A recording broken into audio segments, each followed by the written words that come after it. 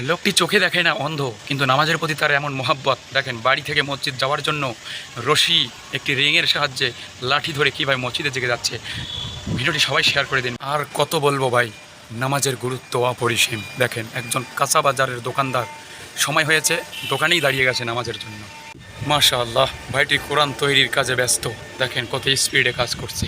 Share করবেন সবাই। সুবহানাল্লাহ। এই ভাইটি গাড়ির সামনে বসে ইমামতি করতেছে, আর তার পিছনে থাকা প্যাসেঞ্জার সবাই তার সাথে নামাজ আদায় করছে। ভিডিওটি সবাই শেয়ার করে দেবেন। এই মেয়েটি আসলে বুঝতে পারে নাই কাবা শরীফের কোন জায়গায় চুমু দিতে হয়। দেখুন, এই পুলিশ ভাইটি তাকে সেই রাস্তা দেখিয়ে দিল। মাশাআল্লাহ, অনেক সুন্দর ভিডিও, সবাই শেয়ার করবেন। আপনি বড় বড় বিল্ডিং দিয়ে কী করবেন? দেখেন, নাইজেরিয়ার বাচ্চারা এরকম সুন্দর একটি দৃশ্য সবাই মিলে কোরআন তেলাওয়াত করছে। এটি একটি মাদ্রাসা। ভিডিওটি সবাই শেয়ার করে দেখুন। এই ভাইটি শুধু আর্টের মাধ্যমে কিভাবে বোঝানোর চেষ্টা করছে যে দুনিয়াতে নামাজ আদায় করলে পরকালে কবরে সেই নামাজেই আলো দেবে। আসলে এই ভিডিওটি অসাধারণ, শিক্ষার জন্য সবাই ভিডিওটি শেয়ার করে দেবে।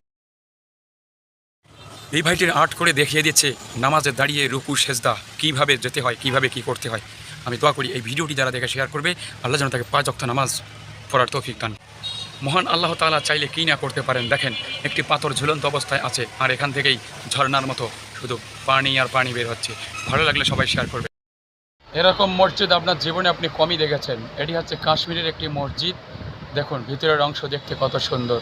মাশাআল্লাহ। ভিডিওটি ভালো লাগলে সবাই শেয়ার। এই বোনটি গিয়েছিল ওমরা করতে, কিন্তু কাবা শরীফ দেখে পরিষ্কার করার ইচ্ছা জাগলো। সিকিউরিটি দেখে জিজ্ঞাসা করলো, ভাই আমি কি এটা পরিষ্কার করতে পারি?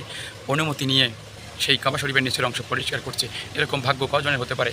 ভিডিওটি সবাই শেয়ার করে দেবে।